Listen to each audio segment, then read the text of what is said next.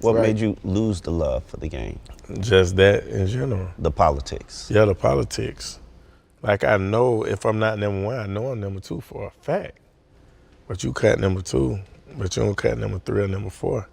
Yeah, because they look at it as if I can pay 2-3 guys that $1 million.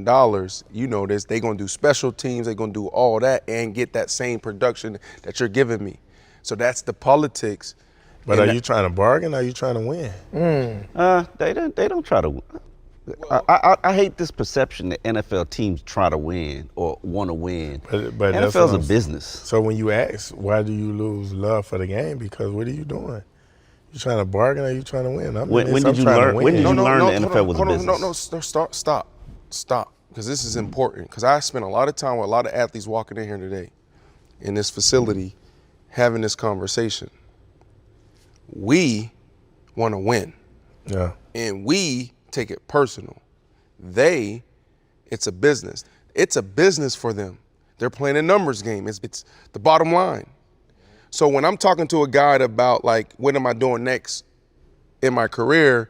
And then they start talking about, well, you know, I believe in this guy can potentially get it, or, you know, I want to stay one place in one organization. We're so emotional. Yeah. Mm-hmm. There's no emotion in money.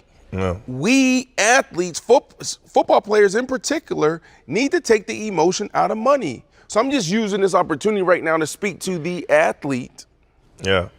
You know what I mean? About like, yo, stop taking this stuff personal and understand the numbers and the analytics, not just what the salary cap is, but also looking at like, okay, I fit in this situation because 75% of the time they throw to the slot, I'm a slot receiver. Like, we got to start thinking like CEOs and COOs and operators and business. Mm-hmm. What did it feel like when the Titans cut you? Is that when you learned it was a business? No, I learned before then it was a business. I learned when I rushed 2,000 yards and I still had to hold out for a contract. That's when I knew it was a business. You know what I'm saying? But then on top of that, like when I got cut by the Titans, like I thought I was gonna be a Titan my whole career. But when I got cut by the Titans, and that's something else that I ain't gonna say I regret it, but if I can go back, and now that I got kids, you know, I know how to teach them, but I still remember to this day, my last year as a Titan, week 2, I tore my meniscus, right? So I used to, it's a game-ready machine. I used to have to sleep with a game-ready machine on every single night. Ain't miss no practice, no nothing. Ain't miss no games, no nothing. And they knew since week 2 my meniscus was torn or whatever.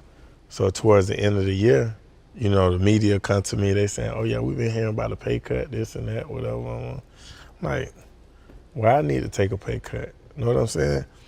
So they end up releasing me saying they think I lost a step. But y'all know I done tore my meniscus week 2. Never say nothing about that, no nothing. You know what I'm saying? So I feel like I laid it all out on the line. Ain't missed no practice, ain't missed no games. Knowing I got a tore meniscus. Why did you hide that? Time out. This man wore game ready every night. We're talking about 40 degrees, ice, trying to sleep, feeling that type of frostbite for a whole year towards meniscus. So he wouldn't miss any game. No, he ain't say just games, Ocho. Listen to the man. Practice and games. That's crazy. And they asked him to take a pay cut. And they do it all the time. Where we go wrong, what you said is, this is the problem. You said, I thought I was going to be a Titan my whole career. No, what he went wrong is he didn't say nothing about it. No, they knew it. I took an MRI. No. Yeah. The team knew it. Did the media know it? No, they didn't know it. See, that's where he went wrong. But my thing is, and this is where I struggle all the time with athletes, and they conceal these injuries and what they play through. Think about how I'm tough and I don't want my opponent to know my issue, what's going on. Preach right now. The admiration that people would have if they knew you played the entire year with a torn meniscus, even if you said that week 15, week 16, then we would come to you when the team drops in our ear, he might need to take a pay cut because he done lost a step. We can say, but wait a minute. Ain't he playing with a torn meniscus all season? Right. And that's where the disconnect I have comes in with athletes and the teams and the media, because y'all conceal all that stuff. the team uses it against you, and then the media, we an accomplice because, you know, hey, his production ain't what it used to be.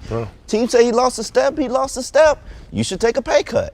Then when you say, I played with a torn meniscus my whole career, my whole season, and after the fact, then we'd be like, Ain't no protection. We can't protect know that. that. Go look up the stats that year. What's year? Year 6, my last year in Tennessee. Okay. And look at what I did on the torn meniscus, rushing and receiving. He And how went many touchdowns? 279 rushing attempts, 1,777 yards, 6 touchdowns. Receiving. 4 touchdown receiving. I had 10 touchdowns. Oh, you had 10. So total 10 touchdowns.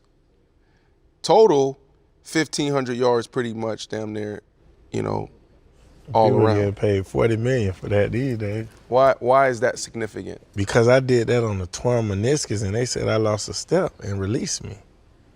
That's why I never played their game. That's why I never cared. That's why I didn't follow the rules. That's why I played the game like I was a little kid. That's why I don't care about the Hall of Fame. Like that, small like that. Yeah. You know, they move the goalpost depending on who it is. Right. They enjoy having that power over you. They enjoy when you're not even playing the game no more, You still and they thinking still about have it. some type of control over your emotions. Right. God never give you motherfuckers the satisfaction. Never. Is the Hall of Fame important to you? I want to make it, but at the end of the day, when you look at it, what's the criteria of the Hall of Fame? It changes. Like, but I'm just saying, we want to be into something that we don't even know the criteria. It's like, Or the if you want to evaluators. graduate high school, you know what you got to do to graduate. You don't know what you got to do to. But if you ask me, do I feel like I deserve it? Yeah. Like the all the backs these days, I feel like I changed the game.